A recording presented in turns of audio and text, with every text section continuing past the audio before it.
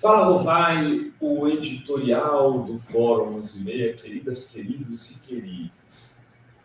Ontem, a gente estava aqui no programa quando surgiram as primeiras imagens do assassinato, da chacina em Sinop. Então, eu não tinha visto enquanto fazia o programa. Não dava para assistir. Fui assistir depois. São cenas chocantes. Inclusive, assim, não aconselho as pessoas a assistirem se não assistiram, porque de barbárie o mundo já está cheio. É horroroso, mas assim, eu separei alguns takes daquele que hoje se entregou.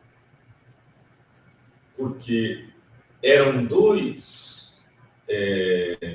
são dois assassinos, um morreu em conflito com a polícia, um suposto conflito com a polícia ontem, e o outro se entregou hoje, mas só se entregou numa negociação do seu advogado com a presença da mídia. Então, a polícia ainda teve que garantir a presença da mídia para que ele se entregasse. Guilherme, vamos mostrar os takes, né?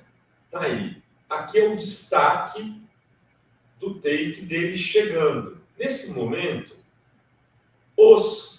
as 9 pessoas, se não me engano, que estavam ali, estavam rendidas pelo seu parceiro, que é esse aqui de camisa azul e bermuda, que foi morto ontem no conflito com a polícia. Ontem à noite, ontem no final do dia. Esse que está em destaque é o que está com a metralhadora ali, que, na verdade, foi assassinando todo mundo, que se entregou hoje. Tem mais algum slide? Ou é só esse, Guilherme? Ou eu mexo aqui? Aqui eu queria mostrar esse aqui. Esse mesmo cara que hoje pede à polícia para que a mídia esteja presente, ele foi pegar o dinheiro antes de ir embora. Depois de ter matado todo mundo, ele foi lá pegar o dinheiro. Ele foi recuperar aquilo que, em tese, pode voltar para mim, Guilherme, ele tinha pedido. Nesse momento, esse vagabundo, esse pilantra, esse safado, esse canalha, esse bandido, está pegando dinheiro. Ou seja, ele matou 7 pessoas, entre elas uma menina de 12 anos de idade, que ele alvejou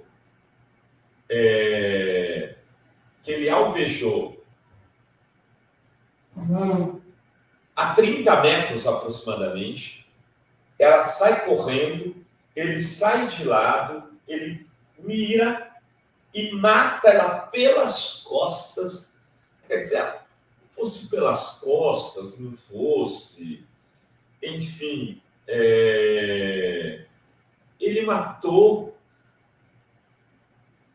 essa pessoa de 12 anos sem que ela tivesse feito nada, como se ela fosse uma galinha, como se ela fosse um bicho criado para ser morto. E agora, né, ele se entregou.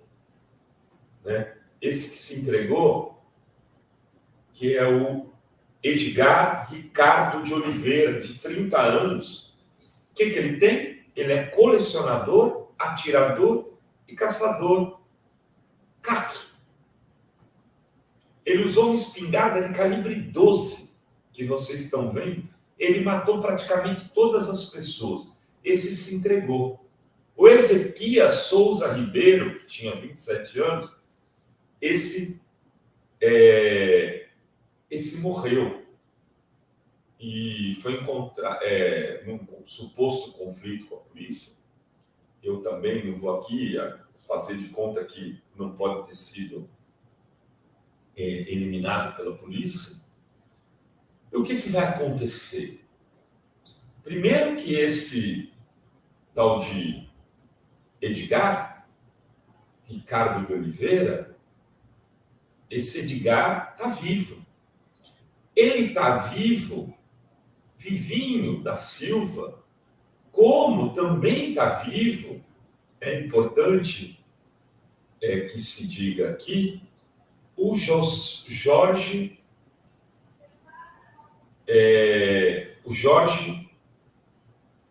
Garanho, Jorge José da Rocha Garanho, né, que matou o Marcelo Arruda quando ele completava 50 anos de idade, lá em Foz do Iguaçu, vocês devem se lembrar, no Paraná. Né? O Garanho entrou na festa atirando, praticamente matou a esposa do Marcelo Arruda e matou o Marcelo Arruda e foi alvejado pelo Marcelo Arruda, mas saiu vivo. Vocês ouviram qualquer coisa sobre esse Garanho depois daquilo? Não. Sabe o que vocês vão ouvir? Daqui a pouco esse Garanho está na prisão por bom comportamento, porque é impressionante, todos eles têm bom comportamento na prisão. São filhos de uma classe média que tem influência, em geral, na polícia e algum termo também na justiça. Vão conseguir um relaxamento da pena, vai ter se convertido, vai sair abençoado e vai assumir um posto numa igreja, vai virar pastor. Isso tem que acabar. Não dá mais para acontecer como o goleiro Bruno. O cara sai de uma prisão num crime hediondo e volta a jogar futebol. Ou como o assassino da Daniela Pérez, que vai virar pastor e vira um ícone pop na igreja. Chega! Rovai, você está exagerando. Os direitos humanos, eles têm direitos. Crime hediondo tem que ser tratado como crime hediondo. Sou contra a prisão perpétua, mas um cara, um canalha desse, não pode virar estrela depois. Ele virou pastor evangélico, ok. Ele se recuperou, ok. Ele não bebe mais, ele não joga sinuca, ele não faz mais nada, ele não tem mais arma. Porque, em geral, os caras continuam com as armas. Parei de beber, mas estou armado. Ele não pode assumir liderança em mais nada na vida. Se ele quiser, ele vai ter que trabalhar, mas ele vai ter que trabalhar num lugar onde ele não gere qualquer tipo de influência sobre qualquer um. É importante impedir que esses canalhas ganhem dinheiro com a fé alheia. Pastor, vai virar pastor. E aí, vai usar a fé alheia para ainda se tornar herói de novo. Hoje é meio que a seleção natural do crime. Isso tem construído, inclusive, uma aliança entre o tráfico e as igrejas evangélicas em várias áreas pobres do país.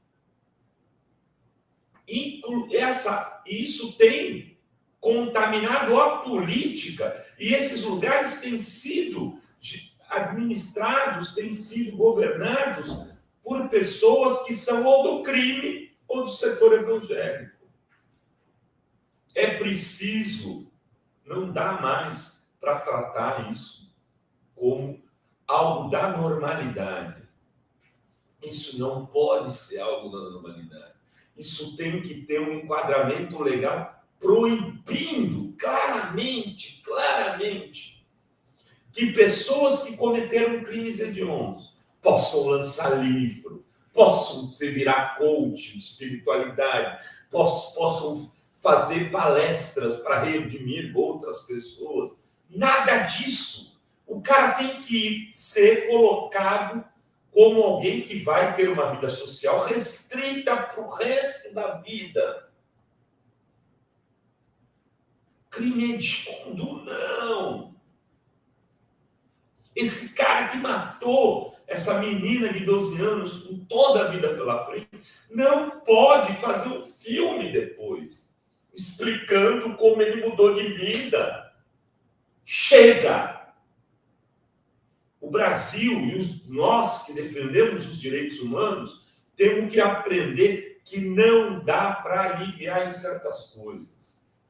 Porque, inclusive, isso tem jogado contra a luta pela defesa desses direitos humanos, das disputas de ideias, porque esse mesmo cara depois vai defender a pena de morte para os outros. Ele vai dizer que ele será. Agora ele é um novo homem, como o pastor da igreja lá do Canária que matou Daniela Pérez dizia, e que ele virou uma borboleta, que agora ele podia fazer tudo lindo e maravilhoso, e que ele convertia as pessoas para Deus. Nada disso. Enfim, é um desabafo, era o que tínhamos para hoje nesse Fala Rovai. Beijos, beijos e beijos a todas.